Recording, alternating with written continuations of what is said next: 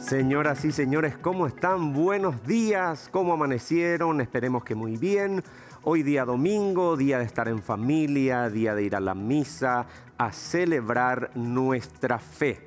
Queremos agradecerle a la cantidad impresionante de personas que nos escribieron, saludándonos, felicitando a todo el equipo por ese primer programa del domingo pasado. Realmente muchas gracias a toda la gente de Encarnación, Ciudad del Este, Concepción, Coronel Oviedo. Incluso hemos recibido mensajes de la gente del exterior del país, de Turquía, de Italia, de Argentina, de España. Si es que nuestro saludo más cordial y la gratitud de parte de todo nuestro equipo desde la fe por acompañarnos el día de hoy.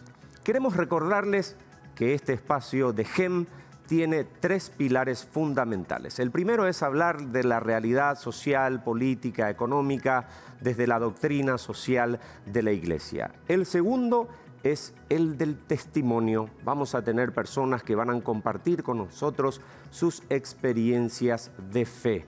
Y el tercero, que no puede faltar, es la catequesis, la formación. Ustedes pueden enviarnos sus preguntas, los temas que les interesan que abordemos aquí en Desde la Fe.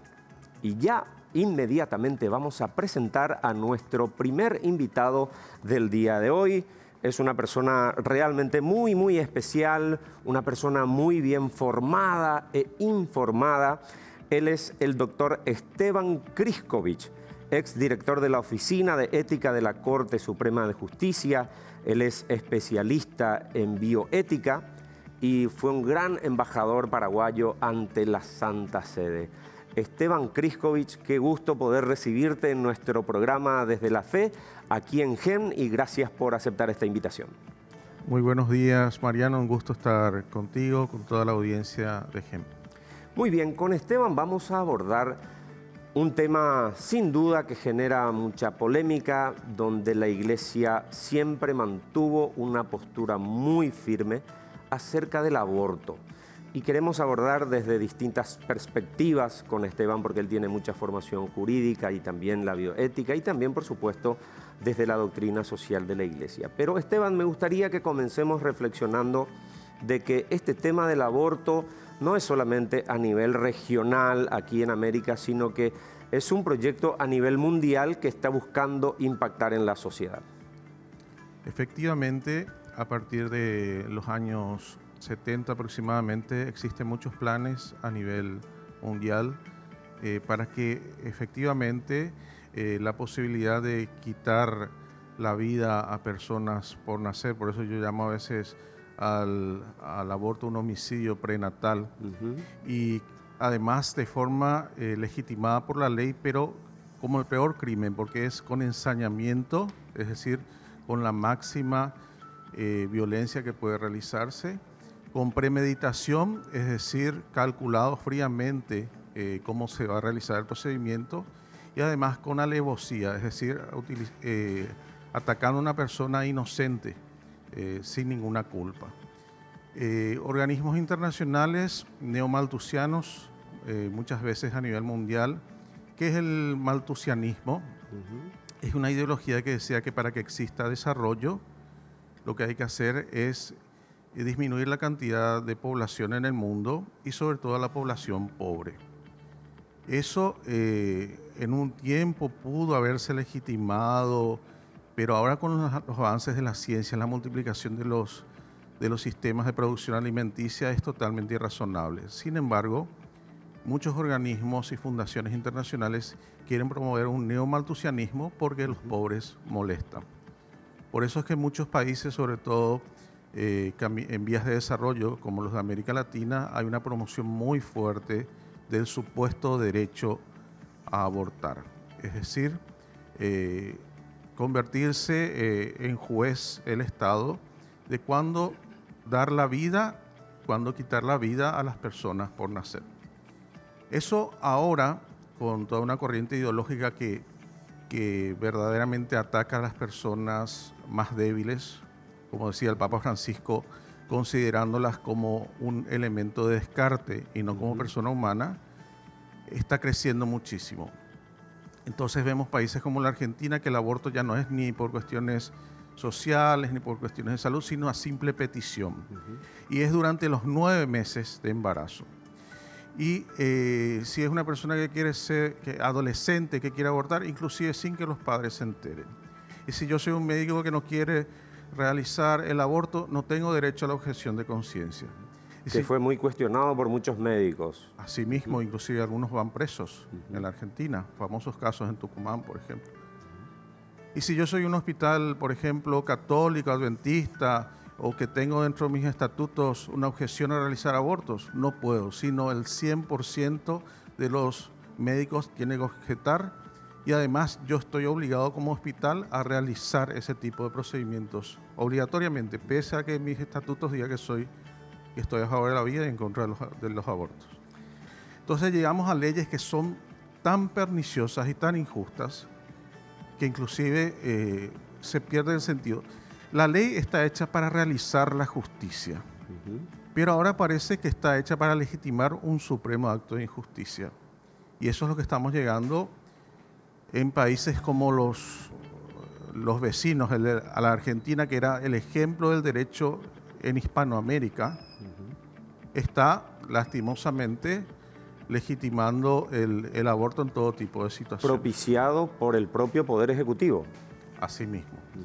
Y un tema de salud lo consideran, pero la bioética, sin embargo, queda por el suelo desviando temas tan importantes como el COVID.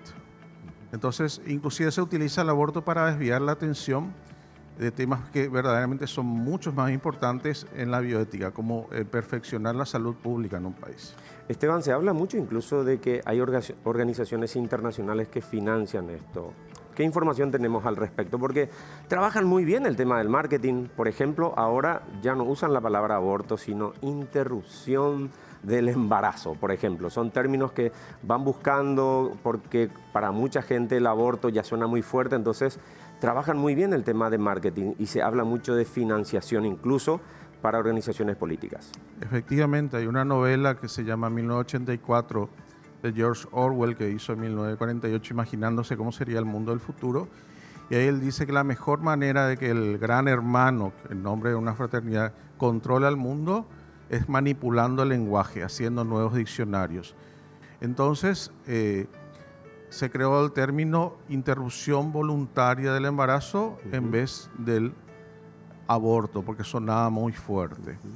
Generaba ya rechazo, digamos. Así mismo. Son los famosos eufemismos. Llamó mucho la atención que siempre, por ejemplo, el Fondo de las Naciones Unidas para la Población decía que el término salud reproductiva no implicaba el aborto.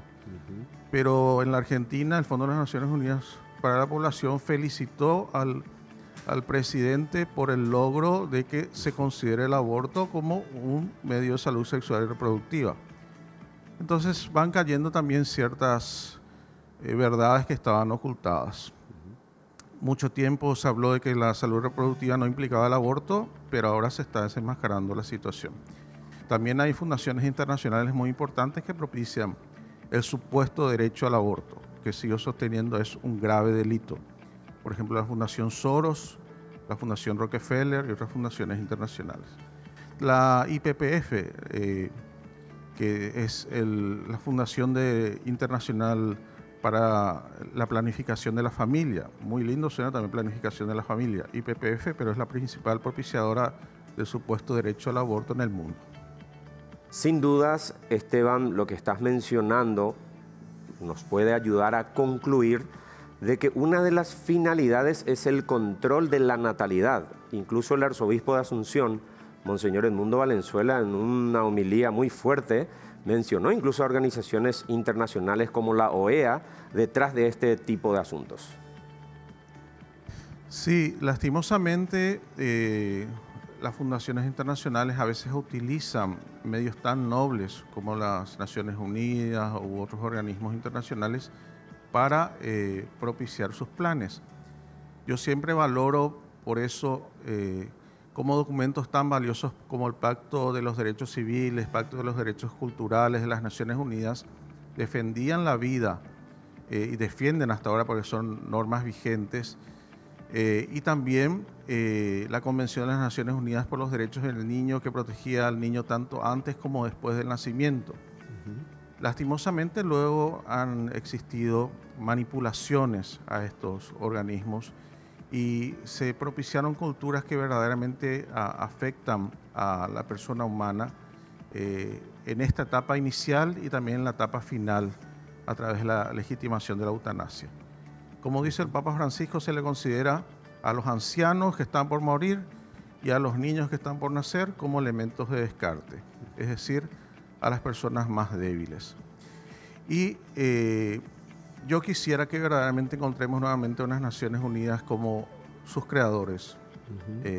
Jacques Maritain, como ha influenciado también indirectamente Konrad Adenauer, Alcides de Gasperi, que fueron los creadores de la Unión Europea. Grandes con sus políticos, objetivos genuinos, ¿no? Con sus objetivos genuinos, que era salvaguardar la paz y proteger a los más débiles. Lastimosamente, vemos que la realidad es todo lo contrario en nuestros días. Ojalá por eso volvamos a los orígenes de la protección de los derechos de las personas débiles en todas las regiones y a nivel global en todo el mundo. Esteban, otro aspecto que me gustaría abordar en el programa es que quieren reducir este debate de la defensa de la vida en una cuestión religiosa. ¿Qué podemos decir al respecto? No, aquí yo no utilicé ningún argumento religioso, sino exclusivamente hablé de la dignidad humana que debe ser respetada y que el derecho siempre debe estar para favorecer al más débil. Por eso se habla, por ejemplo, del principio pro reo a la persona débil, que es el preso en ese caso, aunque haya sido criminal, ¿verdad? Pero es la persona que está subordinada al Estado. También el principio pro operario, porque en una relación jurídica el obrero es la persona que debe ser protegida. Y aquí se habla del principio pro vita, o sea, el principio pro vida, que en una situación particular de la vida, en la bioética, a la persona que está sufriendo, a la persona indefensa, es la que debe ser mayormente protegida. Y el derecho siempre debe estar acorde con este principio. O si no, lo que existen son pseudos derechos que son leyes injustas. Es decir, el derecho, la ley se desprende de la justicia e incluso ataca a la propia justicia. Porque la justicia es dar a cada uno lo que le corresponde, pero aquí quitamos el primer derecho esencial que nos corresponde a todos, que es el derecho a vivir. La vida. Y más aún en personas que son indefensas, que no pueden ni manifestar su voz, como son a veces los ancianos en su lecho de muerte y como son los niños por nacer que están en el vientre materno. Esteban, y a nivel legislativo, ¿cuál es el peligro de que llegue a nuestro país este tema de la legislación a favor del aborto? Es siempre un riesgo muy importante contra el cual debemos luchar en todos los niveles. Se puede buscar el camino legislativo, se puede buscar el camino judicial, se puede buscar el camino directamente vía Poder Ejecutivo por un decreto. Todos estos mecanismos deben ser cuidados para que verdaderamente protejan y salvaguarden lo que dice la Constitución Nacional, que es el derecho a la vida desde la concepción hasta la muerte natural.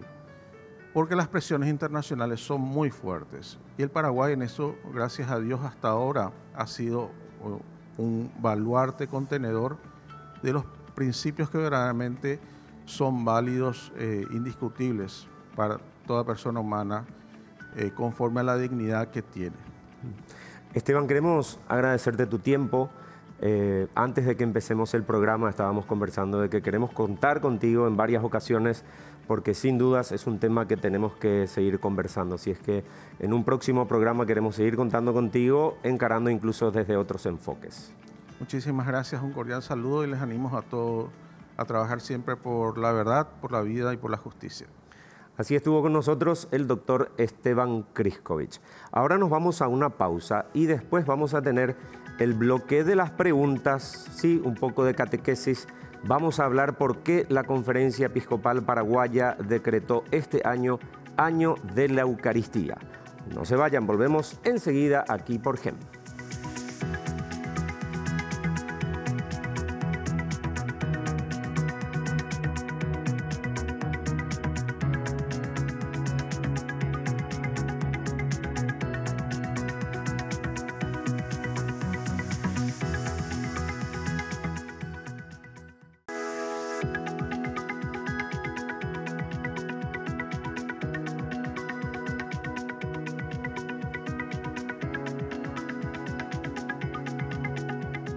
Seguimos aquí en Desde la Fe a través de GEM en este día domingo, Día del Señor.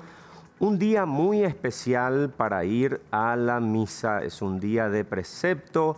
Sabemos que estamos en tiempo de pandemia. Hay parroquias donde tenemos que anotarnos para poder participar, pero vale ese esfuerzo porque un día de misa sin duda alguna no tiene precio. Esa presencia real de Jesús en la Eucaristía es el combustible que necesitamos para nuestro día a día. Y hoy justamente vamos a hablar de la Eucaristía, vamos a hablar del año eucarístico que dedica este año justamente la Conferencia Episcopal Paraguaya. Para hablar de este tema está con nosotros el hermano Valentín Pesente. Él es un religioso franciscano capuchino, un gran amigo que hace ya un buen tiempo está aquí en Paraguay. Hermano Valentín, gracias por aceptar esta invitación. El hermano Valentín desde el principio está con nosotros porque le consulté sobre algunos temas y me estuvo orientando para este programa Desde la Fe. Así que gracias por estar con nosotros, Padre. Paz y bien, Mariano. Un saludo especial a toda la teleaudiencia de GEM-TV. Qué bueno, qué alegría poder estar aquí en este domingo y compartir con ustedes también. Domingo combina con Eucaristía. Dicen que no hay domingo sin misa. Entonces, es importante también recordar esto. Y claro que vamos seguramente a hablar un poquitito de esto, de la importancia de la Eucaristía, teniendo en cuenta la importancia de este sacramento en la vida del cristiano. De hecho que la misa, Padre, no se suspende por feriado, por lluvia, por raudal, por falta de energía eléctrica, ¿verdad? Asimismo, no se debería suspender por nada. Claro que estamos con tiempo de pandemia, estamos con restricciones, pero presencialmente o virtualmente tenemos la misa y tenemos que participar de la misa. Así es. Padre, como estábamos hablando antes del inicio del programa, creo que es muy interesante hacer una catequesis como si fuera que todos somos esos niños de 8 o 9 años que vamos a la catequesis de primera comunión y explicar un poco qué significa la palabra Eucaristía. Asimismo, Mariano, y a todos ustedes que nos acompañan, a veces nosotros hablamos de la Eucaristía, escuchamos hablar de todo esto, pero no sabemos cuál es el significado de esta palabra. Esta palabra tiene su origen en el idioma griego, que está compuesta por dos palabras que uniendo ellas forma Eucaristía y que significa acción de gracias. Entonces, claro que vivimos momentos difíciles, tenemos tantas cosas que a veces no nos gusta cómo estamos viviendo, lo que estamos experimentando, pero al analizar bien nuestra vida siempre tenemos muchos motivos para dar gracias a Dios. La vida, la salud que muchos de nosotros tenemos, incluso la enfermedad es un momento importante también para poder purificarnos, para poder crecer, para poder así entonces imitar a nuestro Señor Jesucristo. ¿Por qué? Porque en la Eucaristía, en este sacramento, cada vez que participamos estamos celebrando, no solo recordando, estamos actualizando la pasión, la muerte y la resurrección de Cristo. Entonces, Eucaristía es igual que acción de gracias. No dejes de vivir esto, no dejes pasar esta oportunidad de modo especial cada domingo de decir gracias, Señor, con el sacramento de la Eucaristía. Hay otra palabra que suele utilizarse bastante, que es la palabra misa. ¿Qué significa la palabra misa, Padre? La palabra misa viene de la misión, o sea, de lo que cada cristiano tiene que vivir. La misa podemos así decir que sería una pequeña misión. De la misa somos enviados a la misión. Entonces la misa es este momento donde nosotros cargamos nuestra batería, donde nosotros agradecemos a Dios, vivimos una pequeña misión con Jesús, así como los discípulos. Podemos estar con Él, podemos escucharlo, podemos recibirlo en nuestro interior y después vamos a la gran misión de la semana, a la vida en familia, al trabajo, a la convivencia con los demás. Entonces mi vida diaria, lo que yo hago cada día, debe ser consecuencia de este encuentro, de esta pequeña misión que tengo con el Señor, que después se transforma en la gran misión. La frase "pueden ir en paz" que dice al final el sacerdote, el que preside la Eucaristía, ¿tiene ese sentido entonces, Padre? Claro que sí, la despedida de la misa es esto, y hay incluso una despedida de la misa que dice: la misa ha terminado, su misión continúa, pueden ir en paz. Entonces es también este sentido que no se termina ahí. Nosotros a veces vivimos la misa como algo que se termina en este momento y después ya no hacemos nada más. No, la misa continúa. Pueden ir en paz es la continuidad de lo que hemos vivido ahí en este encuentro con el Señor. Muy bien, Padre. ¿En qué momento Jesús instituye la Eucaristía? Es un momento sin duda sublime, un encuentro de Jesús con sus apóstoles. Recordarnos ese momento, Padre, por favor. Asimismo, Mariano, y ustedes que nos siguen, es importante y quiero recordar aquí el evangelista San Juan, que es lo que nosotros tenemos en cuenta siempre el Jueves Santo en el momento en que hacemos la institución de la Eucaristía. Él instituye la Eucaristía en este momento de preparación, podemos así decir, ya antecediendo su pasión y su muerte y su resurrección. Y si vamos a leer el Evangelio según San Juan, que nos habla de esto, presenta esta institución de la Eucaristía en una cena, en un compartir con sus discípulos y en el lavado de los pies. Entonces hay una entrega, hay una muerte, podemos así decir, y hay un servicio. El esclavo lavaba los pies de su Señor y Jesús, siendo el Rey de todo el universo, el Hijo de Dios, viene en este sentido a lavarnos también nuestros pies, pero no solo los pies, viene a bañarnos, como va a decir Pedro, Señor, entonces báñame totalmente, y Jesús va a decir, no hace falta, pero es un sentido de servicio. Entonces Jesús instituye la Eucaristía en este momento que antecede su pasión. Es como que un único evento. La Eucaristía, la pasión, la muerte y la resurrección de Jesús es el único evento que nosotros vivimos, o el gran evento que nosotros vivimos, del cual nace la iglesia, del cual nosotros también alimentamos nuestra fe. Padre, ahora sí me gustaría entrar en lo que es el año de la Eucaristía. Señor director, por favor, si nos pueden ayudar con el logo del año de la Eucaristía que dedica la Conferencia Episcopal Paraguaya. Hace unos años dedicó 3 años a la familia, después a la juventud, y este año 2021 es el año de la Eucaristía. ¿Podemos hablar de lo que significa este logotipo, de este símbolo para la Conferencia Episcopal Paraguaya? Asimismo, Mariano, seguramente ustedes ya vieron, fue presentado este logo a nivel país por la Conferencia Episcopal Paraguaya, y es importante recordar que este año de la Eucaristía es como que continuidad al año pasado que tuvimos, que era el año de la palabra. El lema del año de la palabra era una parte del mismo texto que nosotros tenemos del Evangelio de San Lucas, capítulo 24, nos ardía el corazón cuando Él nos explicaba las Escrituras. Ahora este año nosotros tenemos entonces la continuidad de esto, donde lo reconocieron al partir el pan. Es el pasaje de los discípulos de Emaús. Asimismo, capítulo 24 del Evangelista según San Lucas, los discípulos de Emaús, que nosotros escuchamos siempre el domingo de Pascua en la misa vespertina, en la misa de la tarde. ¿Quién se va a la misa de la tarde? Escucha este texto del Evangelio. Y ustedes pueden mirar el logo, que es muy elocuente. El logo habla por sí mismo. Tenemos ahí como que la reunión, la celebración de la Eucaristía. Podemos decir Jesús con los 2 discípulos de Emaús que estaban desanimados, que volvían a su casa, que después de vivir la experiencia de la muerte de Jesús, dijeron, se terminó todo, vamos a volver a nuestro quehacer normal. Y en esta vuelta, en el camino, se encuentran con Jesús. Y Jesús les habla al corazón y después parte el pan. Ustedes pueden ver ahí, si se puede mostrar el logo de nuevo, está ahí el pan partido, Jesús partiendo el pan. Y en este momento entonces ellos reconocen a Jesús. Y puede ver que está el corazón ardiendo, está esta luz por detrás de todo esto, que es la luz de la presencia de Jesús, que es la Eucaristía, que ilumina nuestra vida, que da sentido a nuestra existencia. Pero creo que algo importante, Mariano, en estos discípulos de Emaús es la actitud que ellos tuvieron después de reconocer a Jesús. Ellos inmediatamente volvieron a Jerusalén.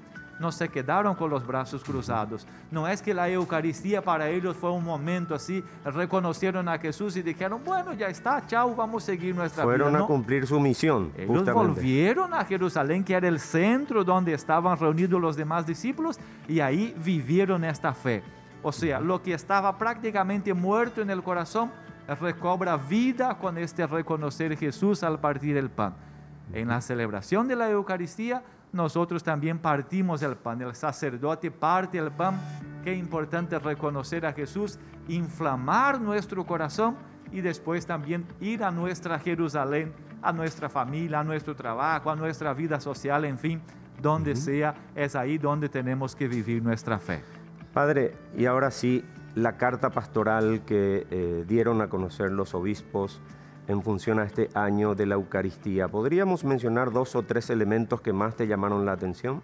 Bueno, hay muchos elementos y quiero invitar a los cristianos, a los católicos, a que lean esta carta pastoral, porque a veces se queda en el olvido una carta pastoral. Es una hermosa catequesis sobre la Eucaristía, tiene toda una buena fundamentación bíblica, teológica, de los documentos de la Iglesia, recordando las encíclicas del Papa, recordando, por ejemplo, Sacro Sanctum Concilium, que es un documento del Concilio Vaticano II, que habla sobre la liturgia y de modo especial sobre la Eucaristía, diciendo que la Eucaristía es fuente y culmen de toda la vida de la Iglesia. O sea, es de donde nace la Iglesia, pero es el momento más alto, el momento más importante y más sublime. Entonces no voy a poder desarrollar todos estos elementos, Mariano, porque no vamos a tener tiempo aquí. Así pero claro, los católicos van a leer, ustedes que nos están viendo van a leer esta carta pastoral y seguramente van a aprender todo esto. Me gustaría hablar un poquitito sobre algunas actitudes que yo creo que resalta y con otros nombres, con algunos ejes. Al final de la carta, los obispos, los entendidos en el tema, presentan algunos ejes que nosotros deberíamos tener a partir de la Eucaristía. Entonces, la Eucaristía debería llevarme ¿a qué? A buscar o a tener, como ellos dicen ahí, a tener hambre y sed de una vida digna. Entonces, esto es importante. A buscar la integración, a buscar la inculturación, a buscar entonces la participación, a buscar el encuentro, a buscar la presencia. Podemos decir todo esto con otras palabras, a buscar la santidad. La Eucaristía debe hacerme santo. Podemos decir que como mensaje final y principal de todo esto, el sacramento de la Eucaristía debe hacerme santo. Hermano Valentín Pesente, muchísimas gracias por estar con nosotros. Yo creo que durante el año podemos seguir reflexionando sobre este y otros temas contigo. Gracias por tu tiempo. Gracias, Mariano. Un saludo de paz y bien a todos ustedes y que el Señor les bendiga siempre. Muy bien, y para ir a la pausa, agradeciendo por supuesto al hermano Valentín Pesente, franciscano capuchino, por estar con nosotros, vamos con este material de nuestro bloque ¿Qué dicen en las redes? Hoy tenemos el video de Tuti Furlan. Ella es una youtuber y psicóloga conferencista colombiana. Escuchen atentamente lo que nos plantea en este video. Sí, ya sé que ya llevamos 2 semanas, pero igual cuenta como inicios de año, ¿no? Y por eso les tengo este acertijo. Este me lo envió un amigo desde Venezuela para Año Nuevo y me encantó. Gracias, Luis Ernesto. ¿Listos? Aquí les va. Vas caminando con tu taza de café y de repente alguien pasa, te empuja y hace que se te derrame el café por todas partes. Pregunta, ¿por qué se te derramó el café? Piensa en la respuesta, la más lógica. Seguramente respondiste porque alguien me empujó, ¿verdad? Respuesta equivocada. Porque no me di cuenta que esa persona venía justo hacia mí. ¿Porque no llevaba la taza bien agarrada? No. La respuesta correcta es: derramaste café porque tenías café en la taza. Si hubieras llevado té, hubieras derramado té. ¡Tarán! Gracias. Yo sé que parece una broma. Yo también pensé que era una broma hasta que seguí leyendo. Lo que tengas en la taza es lo que se va a derramar. En la vida no podremos predecir qué nos pasará. Puede ser que estemos súper atentos a la gente que tenemos alrededor, o que tratemos de proteger eso que valoramos, o que procuremos evitar el peligro. Igual, la vida nos sacudirá y nos sacará de equilibrio. Y cuando eso pase, que seguro pasará, lo que sea que llevemos dentro es lo que vamos a derramar. Podemos ir por la vida fingiendo que nuestra taza está llena de virtudes, de paz y amor. Pero cuando la vida nos empuje, vamos a derramar lo que en realidad tengamos en nuestro interior. Así que ahora que empezamos el año, sería bueno que nos hiciéramos la pregunta, ¿qué hay en mi taza? Cuando sentimos que las circunstancias de la vida nos hacen perder el equilibrio a través de momentos difíciles, de personas que nos sacan de nuestras casillas, de cambios inesperados, de pérdidas, de fracasos, ¿qué es lo que derramo? ¿Alegría? ¿Agradecimiento? ¿Paz? ¿Humildad? ¿Compasión? ¿Perdón? ¿O coraje? ¿Amargura? ¿Juicios? ¿Críticas y culpas? Cada uno elige.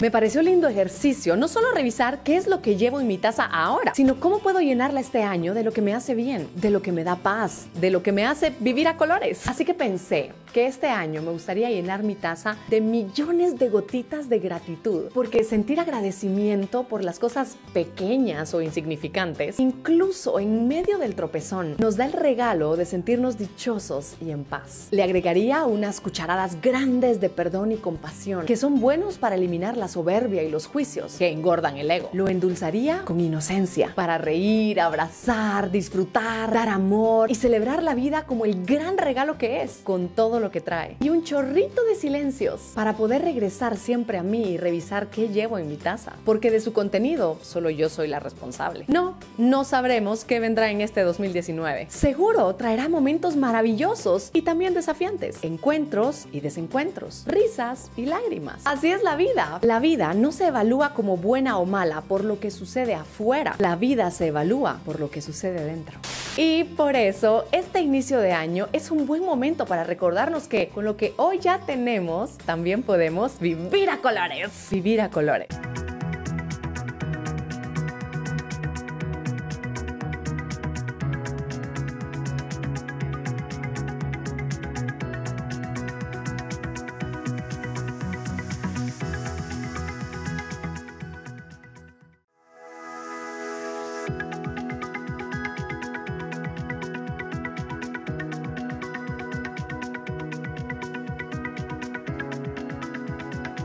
Y ya estamos en el último bloque en este programa Desde la Fe a través de GEN, en este día domingo.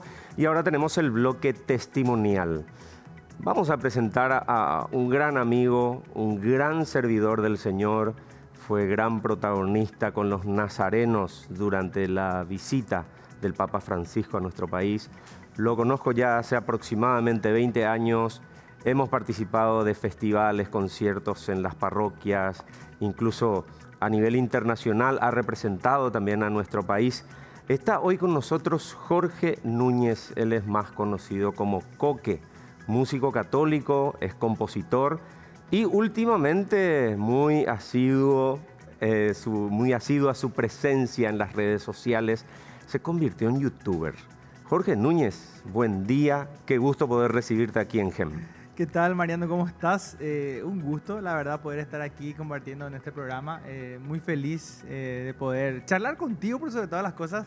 Sí, decís 20 años realmente y choca así de repente, pero sí hay que reconocer que, bueno, el tiempo pasa, ya no somos allá por el año 2000, ¿verdad? Sí, así. Ahí más o menos. Yo, bueno, allí comencé con todo este tema, ¿verdad? De la música católica, sí, básicamente allá por el año 2000 y ahí arrancamos con todas estas aventuras que bueno, de alguna manera continúan, ¿verdad? Porque parece que hay todavía un remanente de muchas cosas. La misión continúa, como decía el Padre Valentín hace rato. Mismo, así mismo, ¿verdad?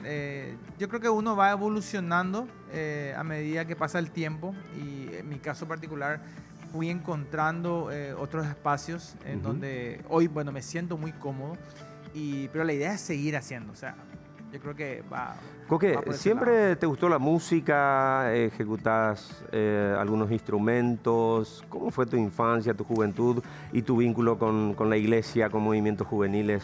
Bueno, la música, vamos a comenzar con el tema de la música, ¿verdad? Mi influencia musical ya viene de mis abuelos. El papá de mi papá era músico, o sea, él era músico, tocaba el contrabajo, era músico en una banda en Villarrica. Él era profesional de eso era su trabajo. Luego mi papá estuvo en una banda, los Merrymakers se llamaba, que era en aquella época, ya por los 70, era muy famosa en Villarrica y toda esa zona. Y o sea que mi papá era guitarrista, pelo largo y lo tenía en su momento, en su juventud. Y bueno, cuando yo ya nací, ya con mi mamá, yo recuerdo a mi papá cantándole polcas y guarañas a mi mamá. Mi papá siempre fue muy enamorado de mi mamá. Entonces, bueno. yo así recuerdo a mi papá cantándole polcas y guaranías. Y bueno, ahí yo realmente empecé a enamorarme de la música. Mi papá fue el que me enseñó a tocar la guitarra. Me dio mi... ¿Aprendiste en casa entonces la Yo guitarra? aprendí la guitarra en casa. Mi papá fue que me enseñó, él fue el que me enseñó a tocar, y recuerdo haber comprado ese famoso libro de Rudy Ain, que creo que la mayoría de la gente que comenzó con eso. Y empezar a cantar con todas esas cuestiones. Luego sí me apasioné por la música, porque yo siempre digo, no soy una persona que tengo talento musical. Tengo cero talento musical. Yo no entonaba ni si me daban, pero tanto quería cantar, esa es la verdad, tanto deseo tenía de cantar, que yo cantaba, bueno, y en algún momento empezó a salir más o menos bien, ¿verdad? Pero después también empezaste a escribir tus propias canciones. Sí, también siempre me gustó escribir, y de hecho en el colegio cuando estaba ya empecé a componer mis primeras canciones, cuando eso todavía yo no tenía pensado hacer nada de lo que sería música, era todo música romántica, ¿verdad? Pero luego, cuando ya vine a estudiar a la universidad de acá de Asunción, y bueno, tuve ese encuentro fuerte, esa decisión fuerte de poder, de querer entregarle a Dios algo, ¿verdad? Y a lo que me gustaba realmente era la música. Entonces, yo recuerdo que esa promesa fue así, ¿verdad? Señor, yo quiero entregarte lo que más me gusta hacer. Y fue ahí que en la parroquia de Medalla Milagrosa, en Fernando de la Mora, bueno, ahí conocí a unos amigos, eso fue más o menos en el año 99, y ya por el año 2000 me uní al coro, que era el coro de la misa nada más ahí de la parroquia, de todos los domingos, de la pastoral juvenil. Bueno, me meto en la pastoral juvenil, bueno, y básicamente ahí comienza toda esta aventura. Se encendió el fuego ahí, ¿eh? Sí, ahí comienza la aventura musical. Me encontré con amigos que cantaban muy bien, que me mostraron un mundo, porque obviamente cuando uno no está en el mundo de la música católica, uno cree que eso es algo tipo los ovnis más o menos, ¿verdad? Pero te das cuenta que realmente es un mundo grande, en donde hay mucha gente involucrada, que no sale en las redes, o sea, que no sale en los medios de comunicación. La gente que no es noticia, digamos. No es noticia, ¿verdad? Pero sin embargo mueve muchísima gente. Pero es un submundo. Bueno, pero una vez que uno entra ahí te das cuenta realmente de la maravilla. Yo en aquel momento recuerdo que quedé tan enamorado de todo lo que era la música católica. Martín Valverde, Ascoy, Poli, que eran, diríamos, las grandes referencias que teníamos en aquel momento. Y cantautores a nivel Latinoamérica muy conocidos. ¿Verdad? Y realmente yo me metí de lleno. Yo puedo decir que era terminar mi facultad, ya estaba ya en los últimos años creo que estaba en el 6º curso, pero para mí era todo. O sea, yo en aquel momento la música católica era mi 100% de mi cabeza, de mi cerebro, de mis ganas y de hacer, y recuerdo que le eché ganas con todo. En el 2001 grabamos las primeras 2 canciones, que eran 2 canciones mías para Shema, en un disco recopilación de una comunidad que se llamaba Sal y Luz, que habíamos armado con otro grupo, Jericó, bueno, y otra serie de gente.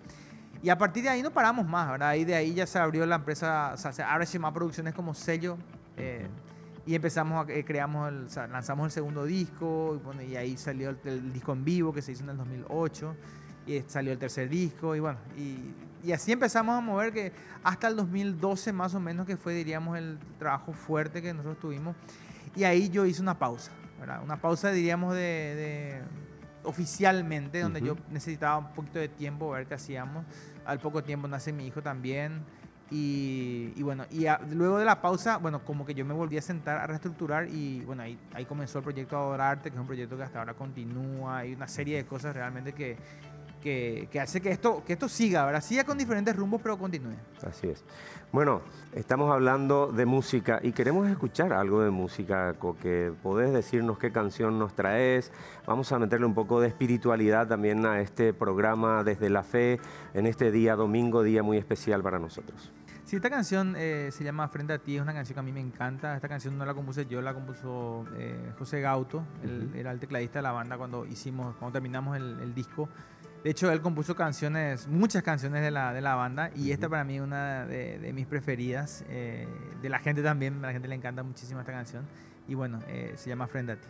Escuchamos Frente a Ti, aquí con la presencia de Jorge Núñez con nosotros.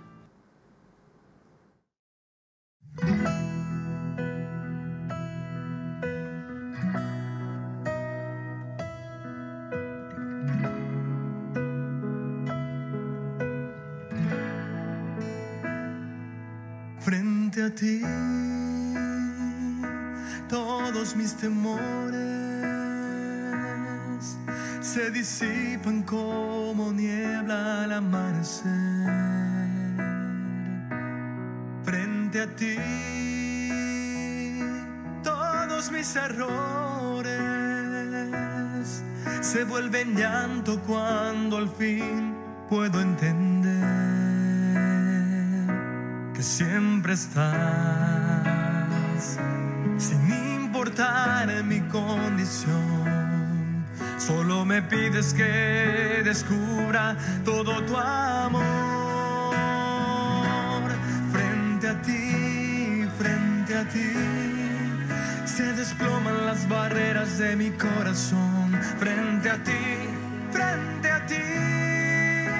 me quedo sin excusas, solo estoy aquí. Frente a ti,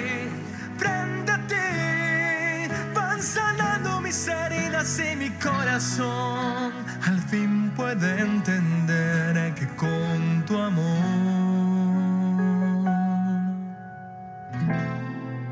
vuelvo a renacer, Señor.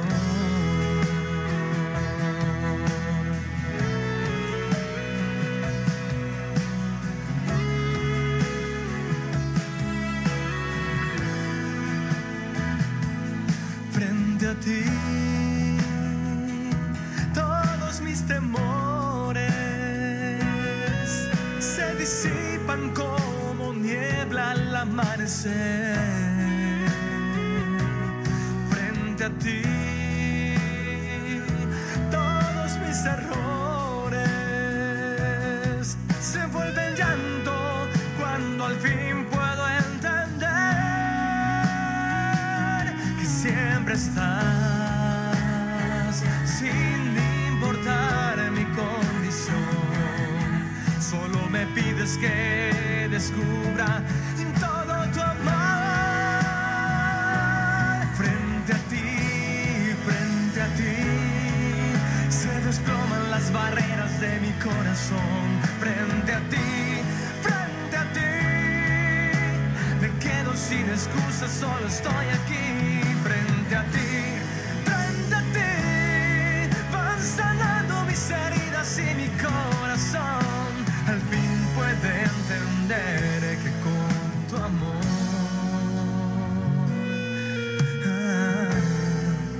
vuelvo a renacer, Señor.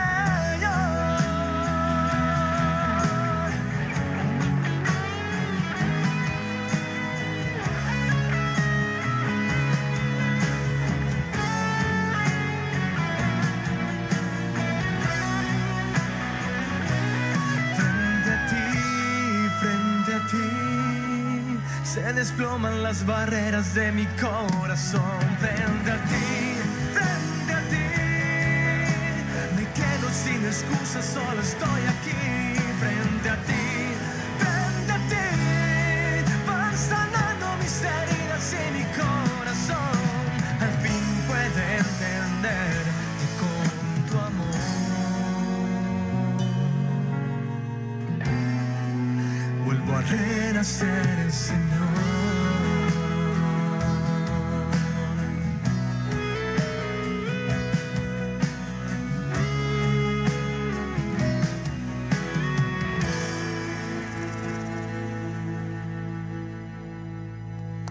Bravo, bravo, bravo. Frente a ti, qué hermosa canción. Sin duda, cuando estamos frente al Señor es impactante, sobre todo adorándole en la Eucaristía, Jorge, ¿no? Sí, totalmente. Yo creo que realmente el llamado que yo tuve fuerte desde el comienzo, cuando comenzamos con la música, fueron justamente las adoraciones al Santísimo. Recuerdo que lo hacíamos con la Pastoral Juvenil los jueves y para mí era mi momento preferido. Hora marcada. Era sencillo, estábamos entre solamente los chicos de la Pastoral y era hacer guitarra, cantar y orar, o sea, lo que venía en el corazón, ¿verdad?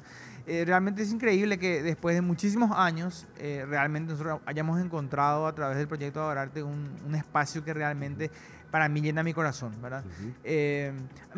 Me encantan los conciertos, más que nada me gusta producir canciones, entrar en el estudio, hacer videoclips, algo que realmente me gusta.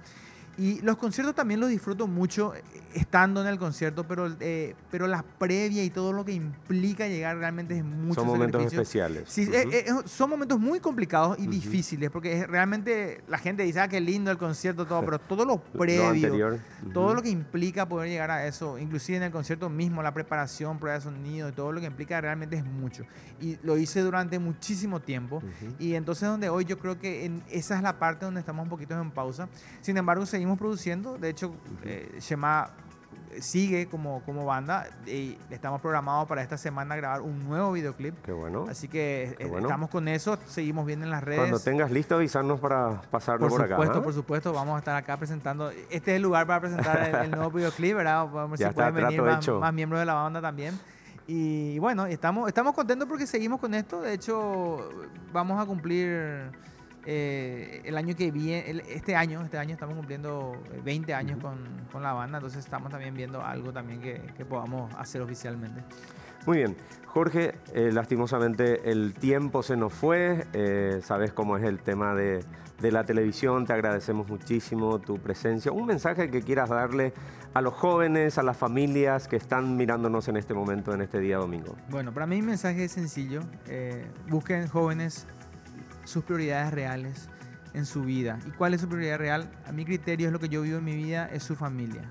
Su familia, la familia es el regalo más grande que Dios te dio. Y hay veces que sí, cierto, nuestras familias a veces no son lo que nosotros pensamos que es lo ideal, pero nosotros podemos hacer realmente ese cambio positivo en nuestras familias. Encontrarnos con Dios, ver su voluntad, su camino mismo pues te va a llevar a poder armar una familia correcta. Y si seguramente saliste de una familia que para vos no era la ideal, quizás tengas la oportunidad de formar esa familia feliz, de amor, en fe, bueno, que te toque en el momento. Por eso seguí en los caminos de Dios, del amor, y entender, la familia es el regalo más grande que Dios te da.